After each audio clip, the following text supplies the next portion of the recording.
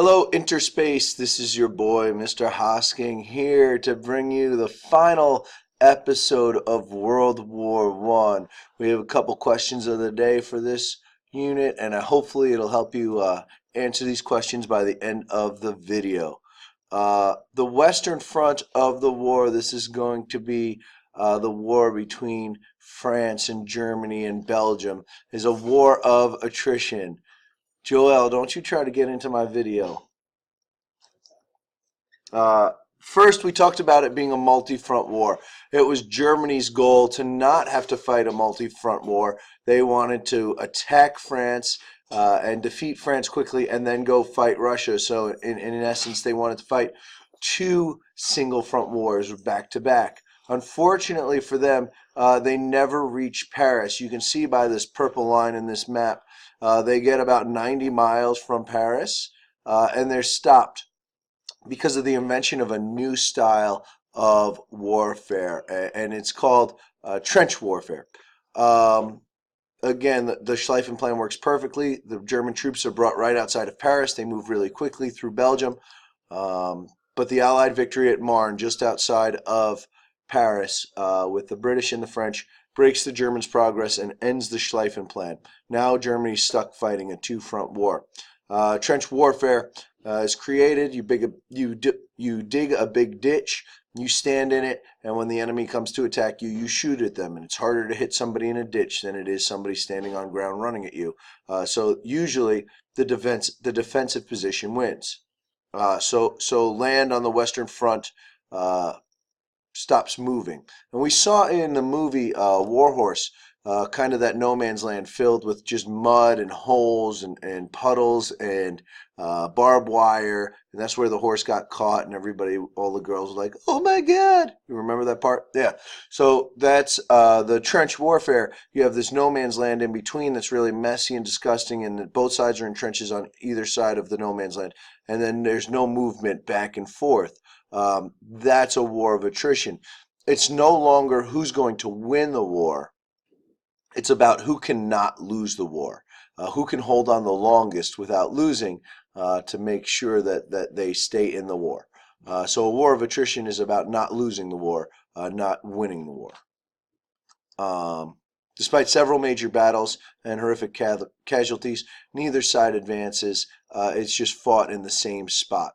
You can see from 1914 to 1918, really this orange line is kind of where they're fighting, or at least in between this orange line and blue line. Like, that's all of the movement that they have back and forth for trench warfare. So you can see these trenches. It's not actually just one trench. It's a series of trenches in a row that are all connected by these long, thin communication trenches, and they wind, and they're not straight lines. They kind of wind around and have bends in it, and you know where the bends are, but the enemy doesn't. So if the enemy kind of captures your front trench, they don't know where to go, and you can kind of hide and sneak out and pop out and kill them. So it's created to cause a lot of distractions and problems for your enemy in trying to attack you. Again, we saw the movie pictures. Here are some actual pictures from the trenches. Notice they're kind of just dug out of dirt. They're not clean. They're very, very messy, very muddy, very cold, very wet. Nobody would want to stand in that kind of behavior or that kind of environment for a long time.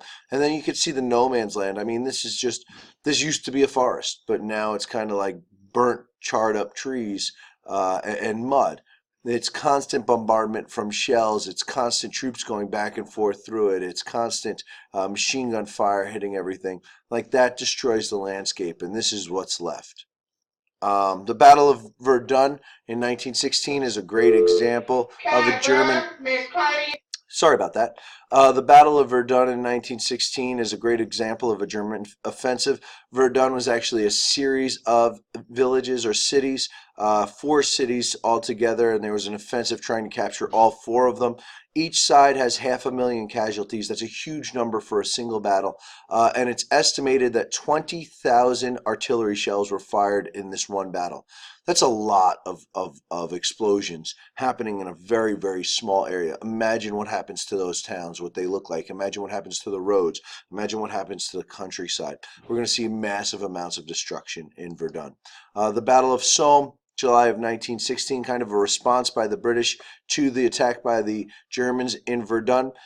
In one day, 60,000 British soldiers are killed. That's an enormous amount of people to die in one day in the war. Over 100,000 people, or I'm sorry, over 1 million people are killed in the Battle of Somme in 5 months. That's all right, Adrian. Just be loud as you want. I mean, quite simply put, a lot of casualties, not in a nice way, a lot of grotesque injuries, a lot of people caught up in barbed wire and killed and then just left there to rot. The smell, the feelings of like having to watch this happen to people, the emotions, kind of destroys. And more than just deaths in the war, we see a lot now that you have more explosions, you have more powerful weapons, a lot more injuries that decapacitate people. You see in this picture here a whole troop of men learning to regain balance with only one leg. The invention and use of prosthetics really starts in World War One. Here you go, guys with double amputees. And this guy wasn't able to use his second leg, so now they're in wheelchairs. Like these kinds of injuries start happening en masse because of the explosions from artillery shells and things like that. One of those artillery guns here is Big Bertha. It was the largest artillery gun. It fired 200-pound shells up to 26 miles away. It's like a marathon. That would be like firing a shell from here to downtown Durham. It's an enormous amount of distance that you're now exploding stuff, and you don't even know what's exploding really. You're just shooting far.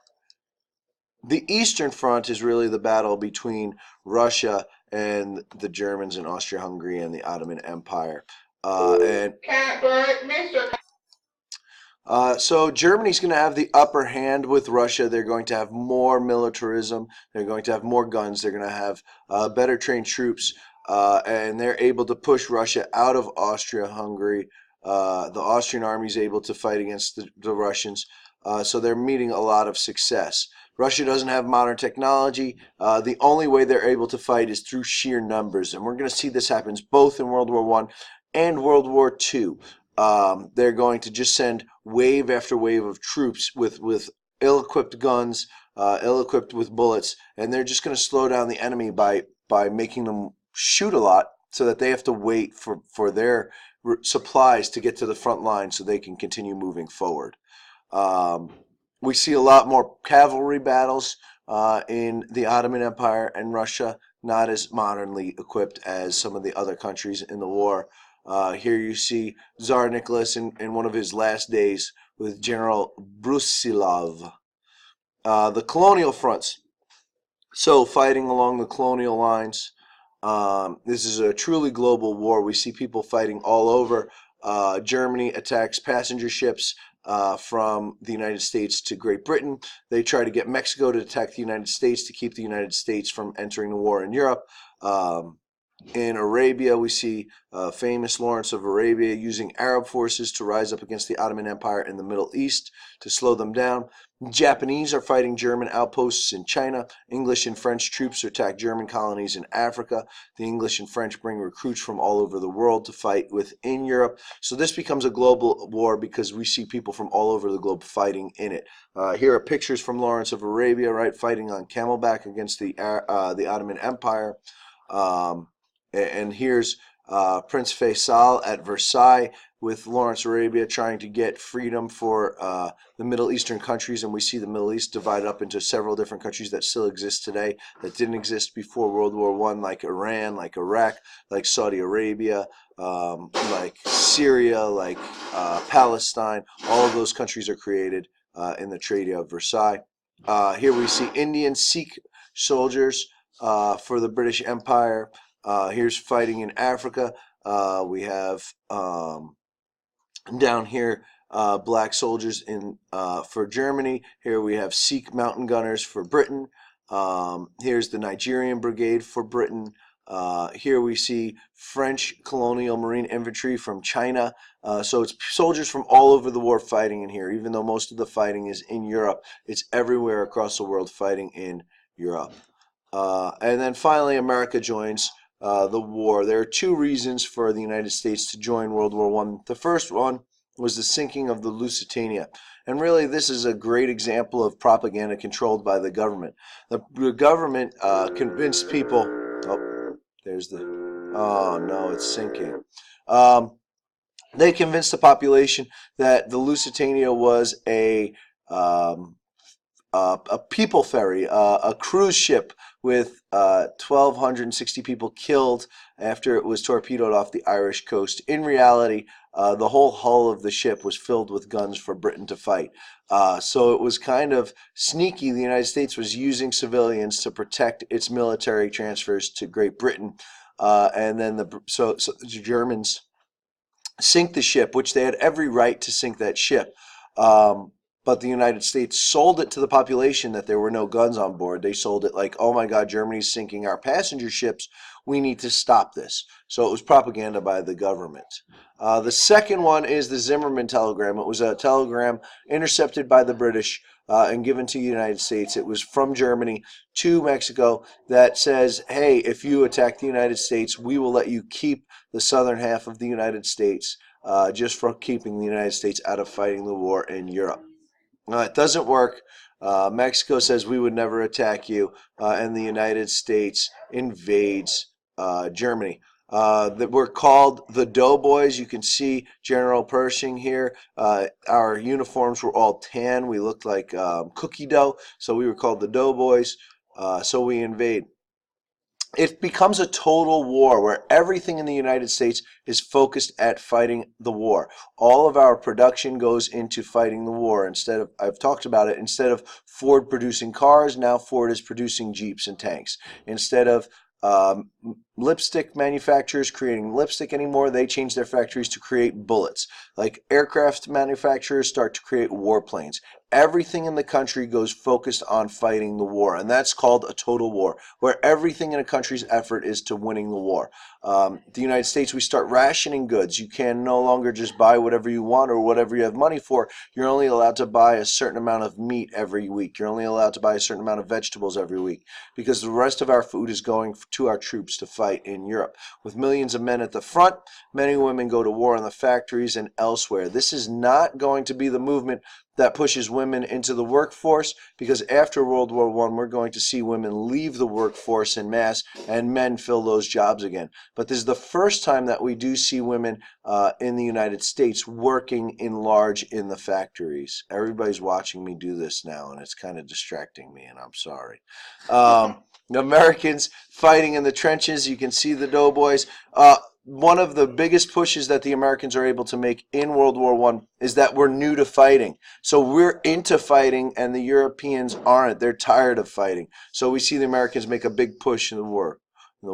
Art of World War I. You can just see some of the pictures and the destruction that they show really quickly. Here's the Street of Arras. Here's Opie Wood, right? Not realism, but you can kind of see all of the destructions of the forest and these guys standing in the trenches. Those who have lost their names, just people that died in no man's land. Gassed and wounded, you can see like the atrocities of gas warfare. Paths of Glory, again, just people dead in the middle of no man's land. Here's a cartoon from Germany, fit for active service. Germany was so desperate for troops that they were using anything. They would use dead corpses to fight if they could.